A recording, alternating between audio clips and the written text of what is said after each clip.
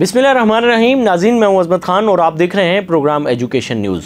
नाज़रीन, आज का ये व्लॉग हम जो शुरू कर रहे हैं ये एबटाबाद यूनिवर्सिटी के वाले से है। Abbottabad university science and technology, इसके वाले से आज की ये ताज़ा तरीन अपडेट्स जो आपके सामने रखेंगे, ये दो ऐसे लोगों के बारे में है जो यकीनन कायम मकाम वाइस चांसलर के राइट और लेफ़्ट हैंड समझे जाते हैं। ये उनकी दोनों आंखों के तारे समझे जाते हैं। दो लोग हैं, एक का नाम है इमरान जावेद जो लेक्चरर हैं बुनियादी तौर पर, और दूसरे हैं सरदार ग़ुलाम अली।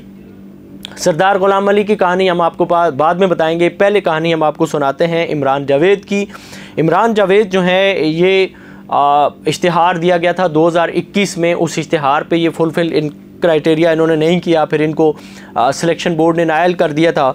और फिर उसके बाद ये हुआ कि इनके जब निगरान दौर हुकूमत आ गया, निगरान दौर हुकूमत में जब मामला पलटा और यहाँ पे प्रो वाइस चांसलर को कायम मकाम वाइस चांसलर बना दिया गया डॉक्टर मुजद्दिद को, तो फिर उन्होंने अपनी दोस्ती का हक़ अदा करते हुए एक दोबारा से सिंडिकेट के ज़रिए से सिलेक्शन बोर्ड करवाया और उसमें इनको मैनेजर लाइजन की पोस्ट दे दी गई। अब ज़ाहिर है उस पर भी बात की जा सकती है कि वो पोस्ट इनको कैसे मिली, लेकिन जैसे कैसे भी मिली बहरहाल इनको मिल गई। उसके बाद ये हुआ कि इन्होंने उस सीट पे रहना गवारा नहीं किया और एक दिन भी उस पर काम नहीं किया, और उसके बाद इन्होंने कहा जी कि मुझे ये सीट दे दी जाए, डिप्टी कंट्रोलर बना दिया जाए। फिर इनको डिप्टी कंट्रोलर के ऊपर ला करके कायम मकाम कंट्रोलर भी बना दिया गया। फिर उसके बाद मामला आगे चलता गया, इन्होंने फिर एक हाथ रखा जी कि मुझे ट्रेजरार भी बना दिया जाए, फिर इनको ट्रेजरार भी बना दिया गया। यानी कि ऐसा फील होता है, वहाँ के लोग बताते हैं कि ये नन्हे मुन्ने बच्चे की तरह जिस सीट की ख्वाहिश करते हैं कायम मकाम वाइस चांसलर साहब, वो सीट तश्तरी में रख करके इनको पेश कर देते हैं। इसके पीछे दर पर्दा मकासद क्या है कोई ख़बर नहीं। ज़ाहिर है इसमें माल पानी का ही मामला होता है और तो कोई मामला नहीं होता। वो मामलात हैं वो आने वाले किसी दूसरे व्लॉग में हम आपके सामने रखेंगे।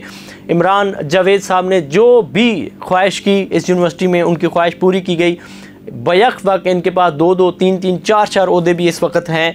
इमरान जावेद चूँकि लेक्चरर भी थे, फिर इसके साथ मैनेजर लाइजन भी बनाए गए, कायम मकाम कंट्रोलर भी बनाए गए, ट्रेजरार भी बनाए गए, और कंट्रोलर ऑफ एग्ज़ामिनेशन का भी हमने आपको बताया था जो फुल एक ड्यूटी है वो भी इनको असाइन की गई, वो भी ये बना दिए गए। उसके बाद ये होता है कि दूसरे साहब हैं सरदार ग़ुलाम अली साहब। सरदार ग़ुलाम अली साहब बुनियादी तौर पर MA इस्लामियात हैं, और MA इस्लामियात होने के साथ साथ सरदार ग़ुलाम अली जो है वो बुनियादी तौर पर सेंट्रल लाइब्रेरी के अंदर सुपरिटेंडेंट हैं। ये क्लरिकल पोस्ट है जिसके अंदर ये तैनात हैं, और ये ऑफिसर कैडर की जॉब नहीं है। लेकिन इन्होंने भी इमरान जावेद की तरह बड़ी ज़बरदस्त किस्मत पाई है। इन्होंने भी जिस ख्वाहिश का नन्हे बच्चे की तरह जिस ख्वाहिश का इजहार किया, उसी तरह वाइस चांसलर साहब ने वो पोस्ट उठाई, पकड़ाई और इनके हवाले कर दी। कोई यूनिवर्सिटी के रूल नहीं देखे गए, हायर एजुकेशन कमीशन के रूल्स नहीं देखे गए, हायर एजुकेशन डिपार्टमेंट के रूल नहीं देखे गए। गवर्नर सेक्रेटेरिएट की सारी बातें, ज़ाहिर है गवर्नर सेक्रेटेरिएट में भी मज़हर इरशाद साहब बैठे हुए हैं, वो इनके दोस्त हैं, इनके सरप्रस्त हैं। इनकी इस सारी करप्शन की दास्तान को वो एक अच्छे लिबादे में ओढ़ते हैं और गवर्नर के सामने रख देते हैं। सरदार ग़ुलाम अली साहब जो हैं सेंट्रल लाइब्रेरी के सुपरिटेंडेंट ही नहीं बल्कि उसके साथ साथ मोहम्मद आरिफ ख़ान जो डिप्टी रजिस्ट्रार थे लिटिगेशन के, उनको हटा करके उनको चूँकि QC में भेज दिया गया था। और दूसरा सरदार ग़ुलाम अली के पास चूँकि लॉ की डिग्री भी नहीं है, मुतलका तालीमी काबिलियत भी नहीं है, उसके बावजूद भी इनको डिप्टी डायरेक्टर PND का चार्ज भी दिया गया। इनके पास कोई तजर्बा भी नहीं था, लेकिन फिर भी इनको डिप्टी डायरेक्टर PND का चार्ज भी दिया गया। डिप्टी डायरेक्टर लिटिगेशन का इनको चार्ज दिया गया। कानून की डिग्री इनके पास नहीं, HR की डिग्री इनके पास नहीं। इस्लामियात का मामला ये जानते हैं, दीन के वाले से इनको थोड़ी सी समझ बूझ इस्लामियात के वाले से है, लेकिन बिल्कुल अमल उनका 0% है। उसके बरक्स अमल है। दीन ये बताता है कि आप जो ओहदा आपके पास है, जो जगह आपकी पास है, उस पर रहते हुए हक लाल गमाएं, लेकिन इन्होंने उसके बरक्स बिल्कुल जा कर के उल्ट करना शुरू कर दिया। इन्होंने मुख्तलिफ ओहदे लेने शुरू कर दिए।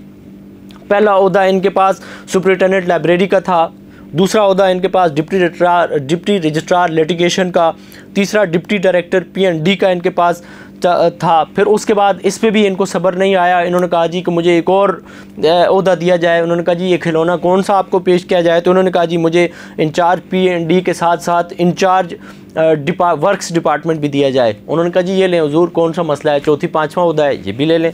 वो भी ओहदा इनको दे दिया गया। फिर उसके बाद इनको फिर भी सब्र नहीं आया, इन्होंने कहा जी नहीं मुझे ट्रेजरार का भी दिया जाए, तो इनको बीच में डिप्टी ट्रेजरार भी बनाया गया था।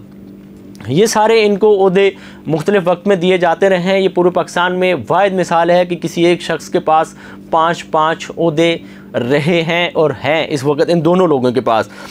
ये सारी सूरत हाल आपके सामने रखने का मकसद ये था कि एक तालीमी इदारा है, जिस तालीमी इदारे को खाला जी का घर समझ के ना चलाया जाए, बल्कि इसको एक तालीमी इदारा समझ के चलाया जाए, ताकि एबटाबाद के लोग तरक्की करें, वो तालीम हासिल करें, यहाँ पढ़ने वाले स्टूडेंट अपने असातिज़ा से कुछ सीख करके जाएं।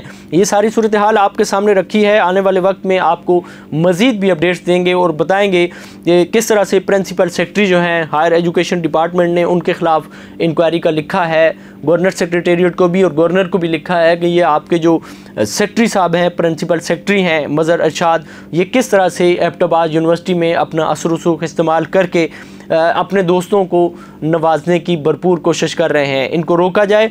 ये सारा मामला है जिस पर ज़ाहिर है आने वाले वक्त में नैब जैसे इदारों को भी हरकत लेनी पड़ती है और लेनी पड़ेगी।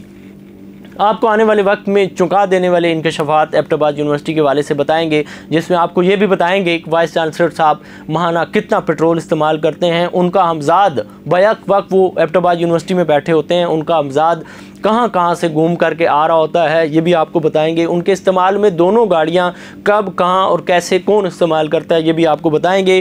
किस तरह HEC के प्रोजेक्ट्स में करप्शन होती है, ये सारी डिटेल आने वाले व्लॉग में आपको बताएंगे।